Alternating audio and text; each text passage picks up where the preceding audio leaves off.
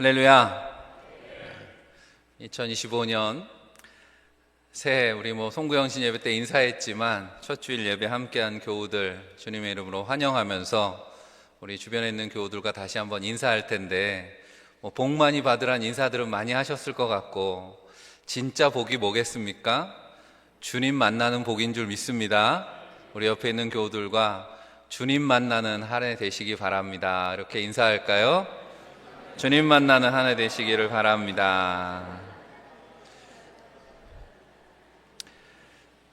송구영신 예배 때도 말씀드리고, 또 여러분 오늘 새로 받으신 이제 새해 주보에도 표지에 나와 있듯이 우리 교회 표어가 뭐라고요? 한 걸음 더. 저와 여러분의 신앙이 2025년 한 걸음 더 성장하는 그런 한 해가 될 줄로 믿습니다.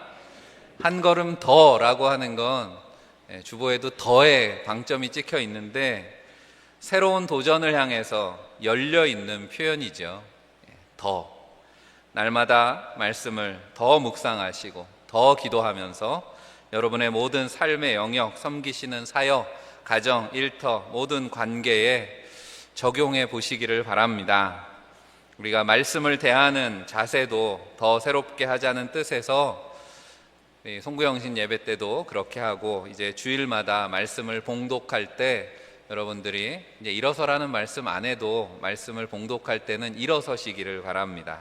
다 같이 일어서셔서 하나님 말씀을 듣습니다. 일어서려면 바닥을 딛고 일어서야 되죠.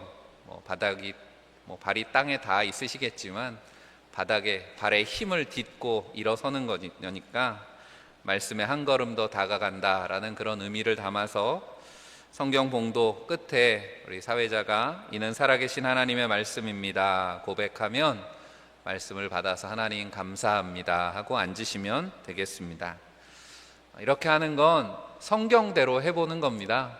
여러분들이 느헤미야 8장을 읽어보시면 바벨론 포로로 잡혀갔던 이스라엘이, 이제 유다 백성들이 다시 돌아와서 제일 먼저 한 일이 성벽을 쌓는 일이었습니다. 무너진 예루살렘 성벽을 다 쌓고 나서 수문 앞 광장에 다 모였습니다. 모인 이유는 백성들이 하나님의 말씀 듣기를 원했습니다. 우리가 이제 다시 예루살렘으로 돌아왔는데 하나님의 말씀 우리에게 좀 들려주십시오. 그래서 함께 사역했던 학사 에스라가 율법 말씀을, 모세의 율법을 가져다가 백성들 앞에서 읽어주는 내용이 나옵니다. 느헤미야 8장 5절 말씀이죠. 에스라가 모든 백성 위에 서서 그들 목전에 책을 펴니 책을 펼 때에 모든 백성이 일어서니라 그랬습니다. 그래서 선포되는 말씀 앞에 모든 백성들이 일어서서 귀를 기울일 때 하나님께서 이스라엘을 회복하셨던 것처럼 올해 우리도 일어서서 말씀을 들을 때 우리 안에 하나님의 말씀의 새로운 역사가 나타날 줄로 믿습니다. 올해 우리가 말씀으로 새롭게 하는 여러 가지 변화들이 있습니다. 그 중에 하나가 우리 감리교회는 공식적으로는 7개 부서가 있는데, 여러분들이 아시는 것처럼 올해에는 부서를 하나 신설했습니다. 양육부입니다. 그래서 양육부는 새가족 양육과 더불어서 성도들의 신앙 양육, 또 임원과 사역자 훈련을 주관하게 될 겁니다. 다양한 양육 프로그램, 주제들을 가지고 말씀을 나누게 될 텐데 관심 가지고 참여해 주시고, 그래서 말씀을 더 가까이 함으로 우리 교회와 성도들의 신앙 성장이 목표로 하는 한 해가 됐으면 좋겠습니다. 오늘 예배 시간에도 또 작은 변화가 있었죠. 우리 일어서는 것 말고도 감리교회 신앙 고백문을 우리가 좀 길지만 함께 고백하며 읽었습니다. 사도신경 대신에 읽은 건데요, 매주 읽을 건 아니고 우리가 매주 사도신경 읽고 매월 첫 주일에는 감리교 신앙 고백을 하도록 하겠습니다. 감리교회 오래된 전통이기도 합니다. 오늘 설교 제목인 하나님의 섭리라고 하는 제목도 오늘 읽은 감리교회 신앙 고백 첫 번째 문장에 나오는 거잖아요. 첫 번째 문장을 다시 한번 같이 읽어볼까요? 우리는 우주 만물을 창조하시고 섭리하시며 주관하시는 거룩하시고 자비하시며 오직 한 분이신 아버지 하나님을 믿습니다. 아멘. 고백문이니까 아멘 하셔도 됩니다. 오늘 함께 읽은 이 감리교 신앙 고백은 사실은 1997년도에 개정된 내용입니다. 아마 오래전부터 이 감리교 신앙 고백 해오셨던 분들은 기억하시겠지만, 원래 감리교 신앙 고백이 1930년도에 처음 이제 우리나라 감리교회 총회가 처음 열렸을 때 제1회 총회 때 정해졌던 그 신앙 고백은 우리가 교리적 선언이라고 했던 걸 기억하실 겁니다. 저도 어려서부터 교리적 선언에 익숙한데, 그 교리적 선언의 1번은 이런 고백입니다. 우리는 만물의 창조자시요 섭리자시며 온 인류의 아버지시요 모든 선과 미와 애와 진의 근원이 되시는 오직 하나이신 하나님을 믿으며 라는 고백이었습니다.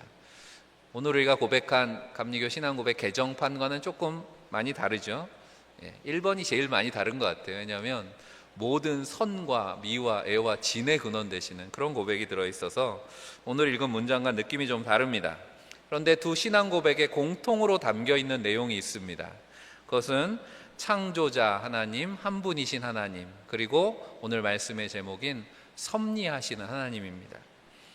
우리가 창조주 하나님이나 한 분이신 하나님에 대해서는 그래도 우리가 신앙으로 설명할 수 있는데, 막상 여러분들에게 설명하라 그러면 쉽지 않을 단어가 섭리라고 하는 단어일 것 같아서 오늘 첫 주일에 우리의 신앙 고백 가운데 있는 섭리하시는 하나님에 대해서 말씀을 나누려고 합니다. 그런데 사실 섭리라고 하는 단어가요, 우리 성경에는 나오지 않습니다. 우리가 자주 쓰는 표현임에도 불구하고 성경 어딘가에 섭리란 단어가 있겠지 생각하지만 우리 성경에는 섭리라는 단어가 없어요. 그런데도 우리가 익숙하게 사용하는 이유는 일상에서도 우리가 사용하기 때문에 그렇죠. 자연의 섭리 이런 표현으로 많이 사용하기 때문에 국어사전에 찾아보았습니다. 섭리라고 하는 단어가 어떻게 쓰이는가? 이 정도로 쓰입니다. 아픈 몸을 잘 조리한다, 대신하여 처리하고 다스린다. 우리가 흔히 아는 건 세 번째겠죠. 자연계를 지배하고 있는 원리와 법칙. 그리고 사전에 보면 기독교 용어로 쓰일 때는 이라고 하면서 신앙의 용어로는 세상과 만물을 다스리시는 하나님의 뜻이라고 되어 있습니다. 세상과 만물을 다스리시는 하나님의 뜻이 섭리입니다. 막상 설명하라고 하면 잘 떠오르지 않지만 이 정도 의미가 있다는 거. 그런데 섭리라고 하는 말을 우리가 잘 떠오르지 않고 설명하기 어려운 이유는 이게 한자어기 때문에 그렇죠. 우리 단어 중에 한자어가 많고, 특히 요즘 젊은 세대들은 한자를 또 많이 안 배워서 한자어의 의미를 잘 모르는 경우가 많습니다.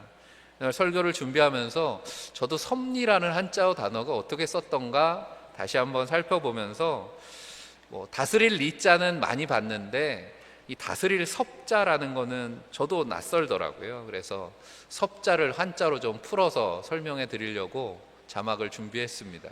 잘 보이실지 모르겠는데 섭자에는 손수변에 소곤거릴 섭자가 붙어서 이루어진 단어입니다. 이 한자어라는 게 뜻이 담겨 있는 단어잖아요. 소리만 있는 게 아니라 그 안에 뜻이 들어있어서 섭자를 분석해 보면 손과 귀가 들어있는 거죠. 귀가 3개나 들어있습니다. 그래서 다스린다라고 하는 의미의 한자어 안에 손과 여러 개의 귀가 들어있는 것이 특이한 것 같아서 제가 좀 묵상을 해봤습니다. 우리가 손이라고 하는 건 쉽게 다스림의 의미로 많이 상징적으로 사용하잖아요.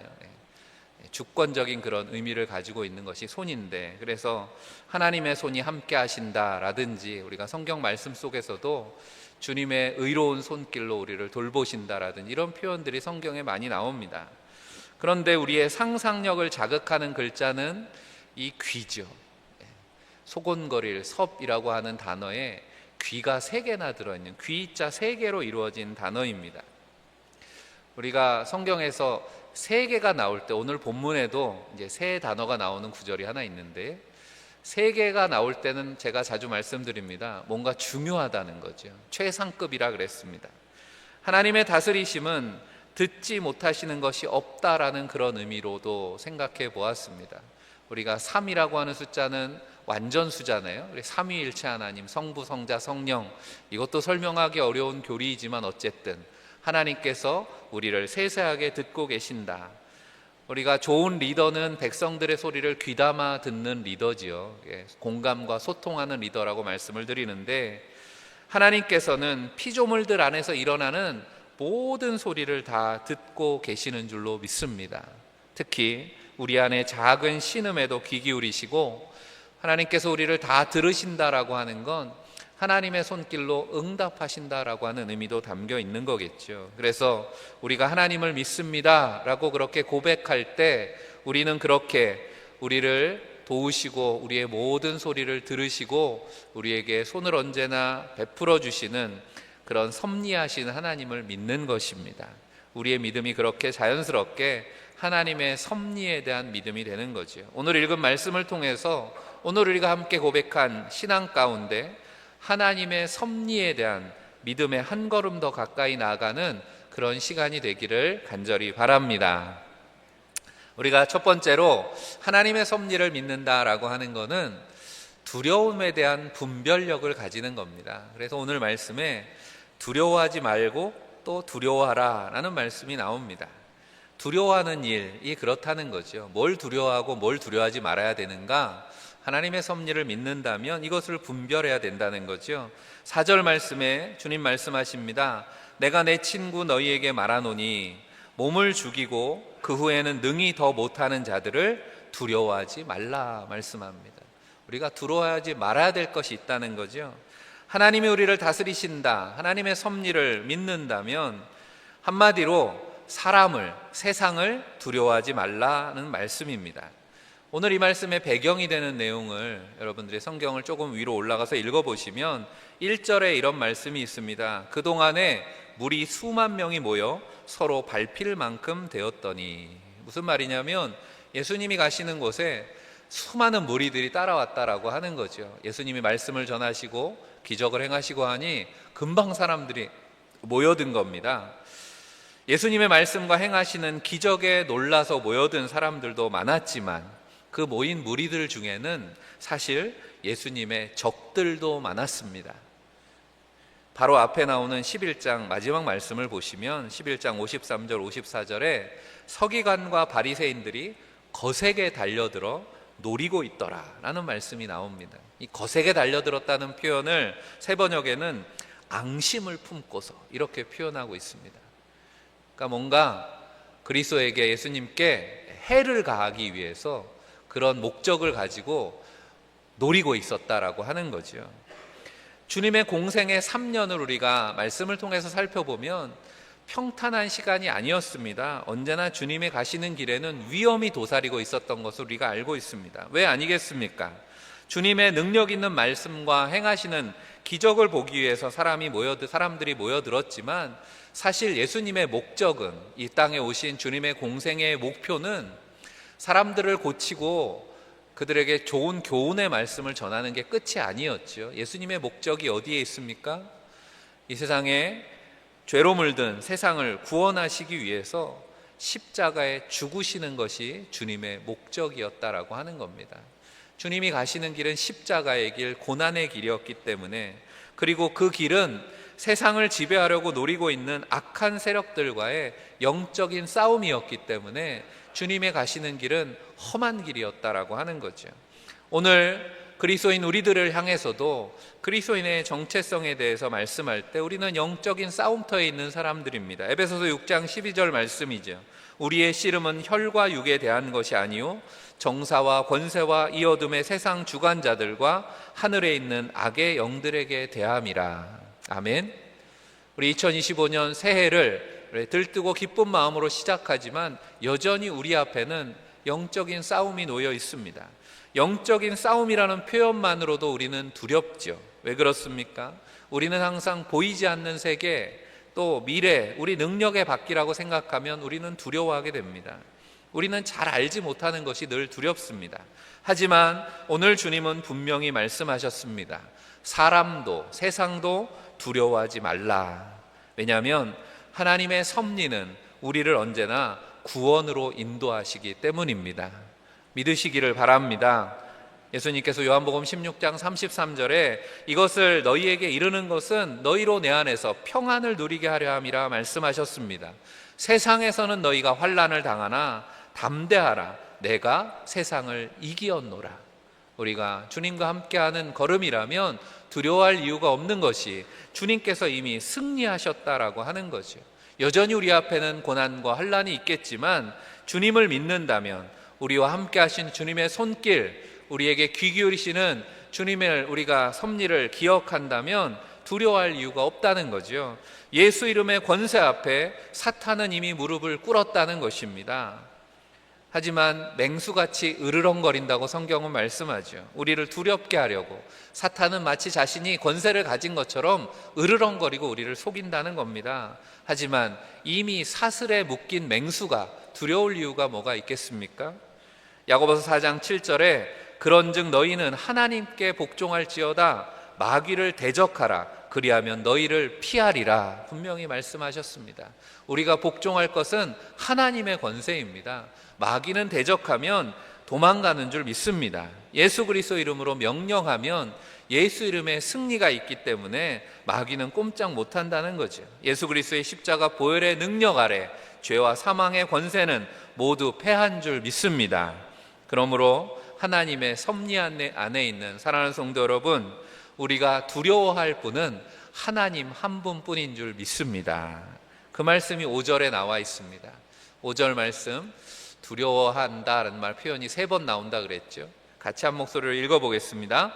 마땅히 두려워할 자를 내가 너희에게 보이니 곧 죽인 후에 또한 지옥에 던져넣는 권세 있는 그를 두려워하라.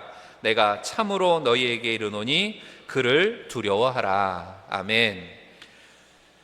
두려워하라는 표현이 3번이나 나오는 이유가 뭐겠습니까? 우리가 두려워해야 될 것, 두려워하지 말아야 될 것 구분하라는 거죠. 우리가 잘 모른다고, 보이지 않는 세계라고 영적인 것들, 사탄과 어둠의 세력들 두려워할 이유가 없다는 거죠. 우리가 정말 두려워해야 될 것은 우리의 구원자이신, 우리를 오늘도 섭리 가운데 우리를 보호하시고 인도하시는 하나님이시다라고 하는 겁니다. 피조물로서 인간은 연약한 존재입니다. 그래서 성경에 보면 두려워하지 말라, 이 말씀이 참 많이 나옵니다. 염려하지 마라, 두려워하지 말라는 말씀이 반복해서 나오죠. 그만큼 우리는 두려워하고 염려하는 일들이 많기 때문에 여러분들은 지금 무엇을 두려워하십니까? 여러분의 삶을 두렵게 하는 게 무엇이냐는 거죠. 그것이 어떤 문제입니까? 어떤 세상의 요소들입니까? 깨어있는 그리스도인이라면, 하나님의 섭리를 믿는 그리스도인이라면 지옥에 던져넣는 권세를 가진 하나님만을 두려워하라 주님은 말씀하십니다. 지옥에 던져넣는 권세라는 말을 한마디로 하면 뭐겠습니까? 심판이라고 하는 거죠. 우리가 신앙 고백의 마지막에 보면 최후의 심판이란, 최후의 승리라는 표현도 나오는데, 세상 그 누구도, 마귀 사탄도 하나님의 심판을 피할 수 없다라는 것입니다. 그런데 이 사실이 우리에게는 도리어 소망이 되는 거죠. 왜 그렇습니까? 그 하나님을 믿는다면, 모든 것을 심판하실 하나님을 믿는다면 역설적으로 우리에게는 세상의 그 무엇도 두려워할 이유가 없는 거지요. 하나님이 다 심판하실 것이기 때문에. 사랑하는 성도 여러분, 하나님만을 두려워하는 믿음으로 승리하는 성도들이 다 되시기를 간절히 축복합니다. 두 번째로, 하나님의 섭리를 믿는다는 건 하나님께서 우리를 잊지 않으신다는 사실을 믿는 겁니다. 하나님의 섭리에는 기억하시는 은혜가 있습니다. 우리가 지난 송년주일에도 나눴던 말씀입니다. 망각과 기억이 은혜다라는 말씀을 기억하시죠? 제가 예화 중에 미스터 메모리라고 하는 분을 소개했는데, 러시아의 기자, 들은 거 다 기억하는 사람, 이름 기억하십니까? 기억 못하실 줄 알고 물어보는 거죠. 솔로몬 세르셉스키, 발음도 어렵습니다. 기억하시라고 자꾸 말씀드리는 건 아니고 우리의 기억이 그렇다는 거죠. 이 사람이 어떻게 됐다 그랬습니까? 다 기억하니까 미쳤다 그랬습니다. 사실 사람은 그런 거죠. 다 기억하려고 해도 그렇게 되는 겁니다. 우리의 문제는 사실 기억의 문제이기보다는 꼭 기억해야 되는 것도 잊어버린다는 데 문제가 있는 거죠. 그래서 망각이 두렵습니다. 잊어버릴까봐 두려워하는 거죠. 치매를 두려워하는 이유가 그런 거 아닙니까? 내가 잊어버릴까봐, 내가 잊혀질까봐 두려워합니다. 그래서 잊어버릴 만한 것들은 다 꼼꼼하게 기록합니다. 여러분, 말씀 들을 때 기록하시는 분들이 있잖아요. 저도 기록을 많이 하는데 어떤 날 보면 내가 이걸 어디다 기록했는지 찾지를 못하는 겁니다. 내가 어디다 적었더라? 우리의 기억은 그렇습니다. 그런데요, 우리에게 가장 중요한 것들은 사실 기억하지 않아도 되는 것들입니다. 기억하지 않아도 됩니다. 여러분, 지난 밤에 혹시 숨 쉬는 법을 잊어버려서 고생하신 분 있습니까? 오늘 예배 드리러 와야 되는데 심장 박동하는 법을 잊어버려서 그거 찾느라고 늦으신 분이 있습니까? 없잖아요. 우리에게 정말 중요한 것들이잖아요. 숨 쉬는 일, 심장이 뛰는 일. 그런데 우리가 기억하지 않아도 하나님께서는 우리에게 호흡을 주시고 심장이 뛰게 하시는 분인 줄 믿습니다. 실없는 얘기가 아니죠. 주님께서 오늘 하시는 말씀을 들어보시기 바랍니다. 오늘 6절 말씀을 공동 번역으로 읽어봅니다. 참새 5마리가 단돈 2푼에 팔리지 않느냐? 그런데 그런 참새 1마리까지도 하나님께서는 잊지 않고 계신다. 하나님께서는 잊지 않고 계신다는 거예요. 창조주 하나님께서는 모든 피조물들을 잊지 않고 계신다 말씀하십니다. 단돈 2푼에 팔리는 참새 5마리, 헐값에 팔리는 참새라고 우리가 우습게 여길지 모르지만 그 작은 참새 1마리에 담겨있는 창조의 섭리가 얼마나 놀랍습니까? 하늘을 나는 새들을 볼 때 얼마나 신기합니까? 덩치 큰 새들도 많잖아요. 저게 어떻게 하늘을 날아갈까 신기하지 않습니까? 생명의 섭리를 우리는 다 알지 못합니다. 그래서 평행 본문인 마태복음 6장 26절에 보면 공중의 새를 보라, 심지도 않고 거두지도 않고 창고에 모아들이지도 아니하되 너희 하늘 아버지께서 기르시나니, 주님 말씀하십니다. 하나님이 기르시는 거야. 저 새들이 어떻게 저렇게 살아가는지 새들 뿐이겠습니까? 천지에 있는 많은 피조물들, 작은 미물 하나까지도 하나님은 다 지키고 계시고 그들이 호흡하게 하시고 그들의 심장을 뛰게 하시기 때문에 그들이 살아있다라고 하는 거죠. 그리고 이 말씀을 하시는 이유가 무엇이겠습니까? 피조물에 대한 하나님의 섭리에 대해서 말씀하시는 이유는 바로 우리를 향하신 하나님의 섭리에 대해서 강조하기 위해서 말씀하는 거죠. 오늘 7절 말씀입니다. 너희에게는 심지어 머리털까지도 다 세신 바 되었나니, 말씀하는 거죠. 우리의 머리털까지도 세시는 하나님이십니다. 탈모를 고민하는 분들에게는 얼마나 귀한 말씀입니까? 그런데 이 말씀도 사실 우리 몸의 사소한 부분을 이야기하는 거잖아요. 우리의 폐나 심장만큼이나 우리의 머리털이 소중하지는 않잖아요. 우리 생각하기에 그렇게 무심코 지나쳐 버릴 수 있는 그런 것들까지도 하나님은 다 세고 계시다라고 말씀하는 겁니다. 아픈 곳의 중심은, 아픈 곳이 몸의 중심이라는 시가 있습니다. 제가 좋아하는 시인데 나중에 한번 읽어드릴 기회가 있을 겁니다. 아픈 곳이 몸의 중심이라는 말을 뒤집어서 읽어보면 아프지 않으면 몸의 중심이 아니다라는 말이 되는 거잖아요. 여러분들 몸에 어디에 신경을 많이 쓰십니까? 몸이 아파 보신 분들은 이 시의 의미를 알지요. 우리가 나이 들어서 대부분 어르신들이 무릎이나 허리가 안 좋다 그러시죠. 무릎이 아프기 전에는 무릎에 신경 써본 적 없으실 겁니다. 오늘 함께 예배한 우리 젊은 청년들, 우리 교학교 학생들 같은 경우에는 무릎에 신경 씁니까? 여러분, 무릎을 위해서 뭔가 노력을 하십니까? 무릎에 약을 바르든지 무릎을 위한 약을 드십니까? 그렇지 않죠.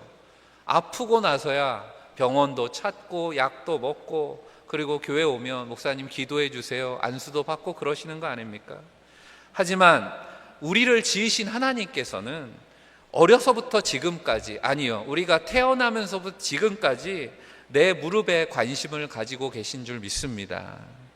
그래서 7절 후반에 말씀하는 거예요. 두려워하지 말라. 너는 많은 참새보다 더 귀하니라. 그러니 아프다고 두려워하지 말라 말씀하시는 겁니다. 섭리하신 하나님께서는 과거도 지금도 미래도 우리를 지켜보고 계시고 세세하게 살펴주시는 줄로 믿습니다. 하나님의 손길이 변함없이 함께 하심을 믿으시기를 바랍니다. 마태복음 6장에 이렇게 기록되어 있습니다. 29절에 보면 그러나 너희 아버지께서 허락하지 아니하시면 그 하나도 땅에 떨어지지 아니하리라. 두 푼에 팔리는 참새도 하나님의 허락하심이 없으면 사람들 손에 잡히지 않는다 말씀하시는 겁니다. 하나님의 섭리를 우리가 거꾸로 읽어보면 어떻습니까? 하나님이 원하시면 자연의 섭리도 얼마든지 거스르시기도 한다라고 하는 겁니다. 우리가 기적을 바라고 기도하는 이유가 여기에 있는 거 아니겠습니까? 잘 날던 새들이 갑자기 땅에 꼬꾸라쳐 있는 경우가 있다는 겁니다. 언제 그런 일이 있었습니까? 우리가 출애굽기 말씀에 보면 잘 날던 메추라기 떼들이 우수수 광야에 떨어지는 사건을 기록하고 있습니다. 어떻게 그런 일이 벌어질 수 있습니까? 하나님께서 사랑하시는 이스라엘 백성들을 먹이시려고 할 때는 하늘을 날던 새도 떨어뜨리시는 줄 믿습니다. 메추라기들 입장으로 생각해 보면 억울한 일이겠지만 하나님은 참새보다 귀한 하나님의 백성들을 살리기 위해서는 때로는 태양을 멈추시기도 하는 하나님이시라고 성경은 말씀하고 있는 거죠. 머리카락 하나까지도 그렇게 세심하게 돌보시는 하나님을 믿는다면 그 하나님은 우리 안에 작은 세포 하나에서 일어나는 일까지 살피고 계심을 믿습니다. 그 하나님은 또한 우리를 위해서 온 우주를 움직이고 계시는 줄로 믿습니다. 그런 하나님을 믿으시기를 바랍니다. 그 하나님은 우리를 잊어버리시는 분이 아니시라는 사실을 믿으신다면 하나님의 섭리를 의지하셔서 날마다 주님 주시는 평안 가운데 거하는 여러분들이 되시기를 바랍니다. 마지막으로 섭리하시는 하나님은 날마다 우리의 걸음을 인도하십니다. 우리가 믿음으로 산다라고 하는 건 어쩌면 우리의 인생 가운데 하나님의 섭리를 순간순간 발견하고 깨닫는 것인지 모르겠습니다. 내가 이제까지 깨닫지 못했던 것 새롭게 깨닫고 감사하고 기뻐하는 것, 그게 우리의 신앙의 걸음이 아니냐는 거죠.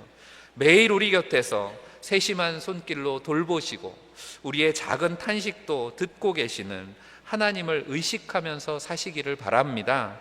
그러기 위해서 우리가 주목해 보아야 되는 것이 하나님의 말씀이라고 하는 거죠. 하나님은 말씀을 통해서, 특히 말씀을 통해서 우리에게 섭리하실 때가 참 많습니다.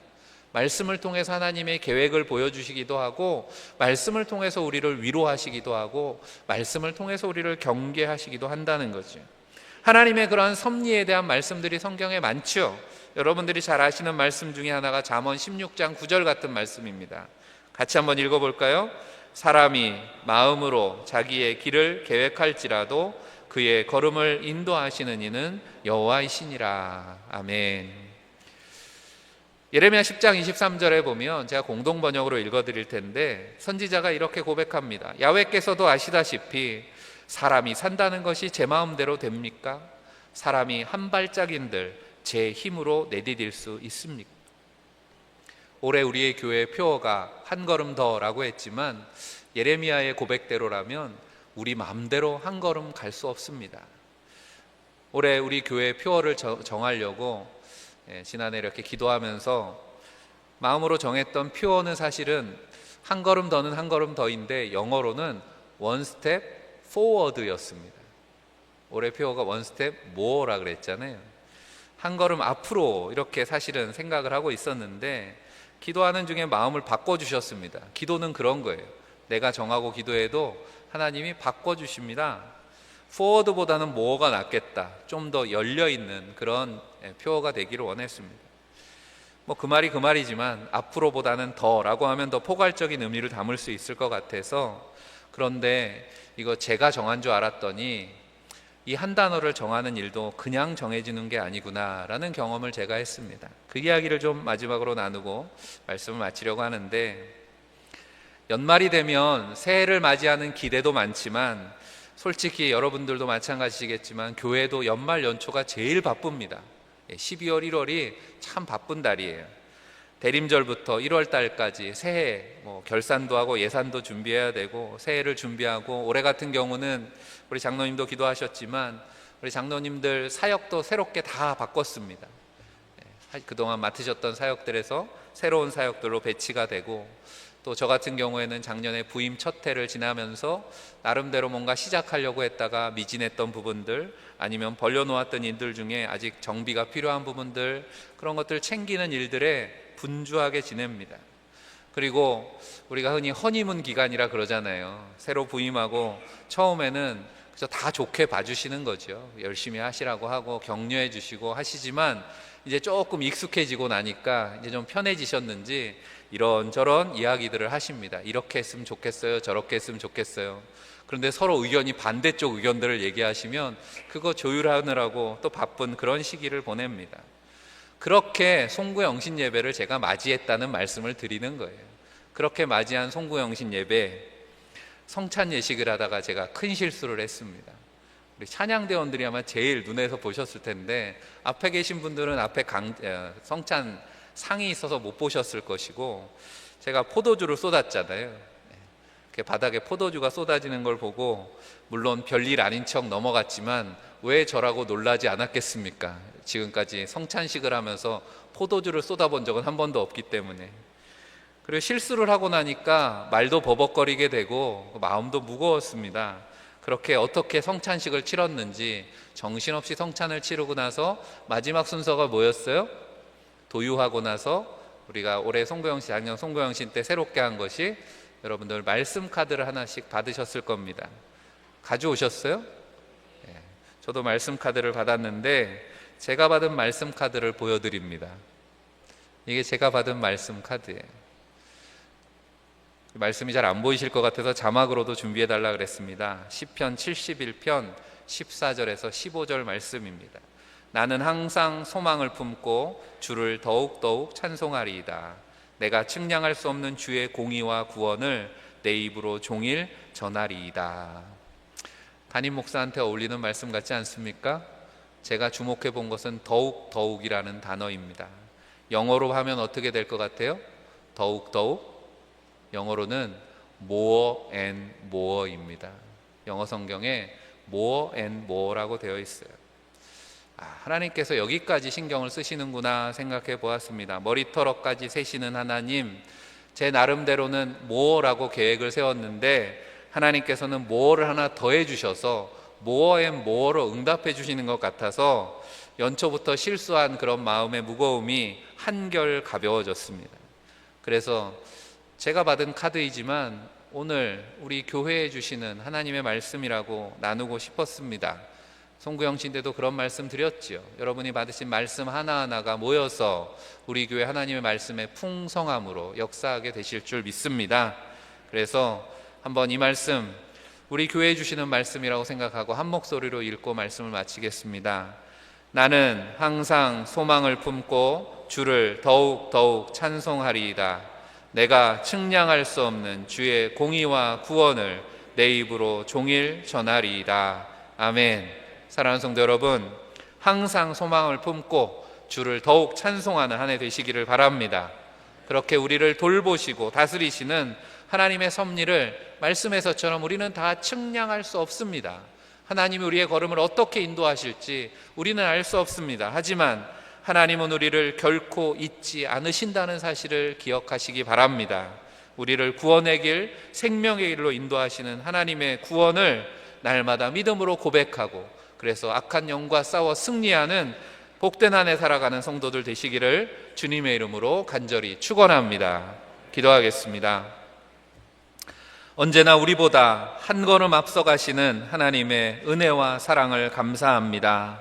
연약한 우리들을 불쌍히 여기셔서 우리의 작은 신음도 놓치지 않으시고 주님의 손길로 응답하셔서 가장 좋은 길로, 완전한 길로 인도하실 줄 믿습니다. 주님의 그 놀라우신 섭리를 의지하며 사랑하는 성도들, 올 한 해 소망을 품게 하시고 날마다 믿음으로 한 걸음 성장하는 복된 한 해가 되게 하여 주옵소서. 우리 구주 예수 그리스도 이름 받들어 간절히 기도하옵나이다. 아멘.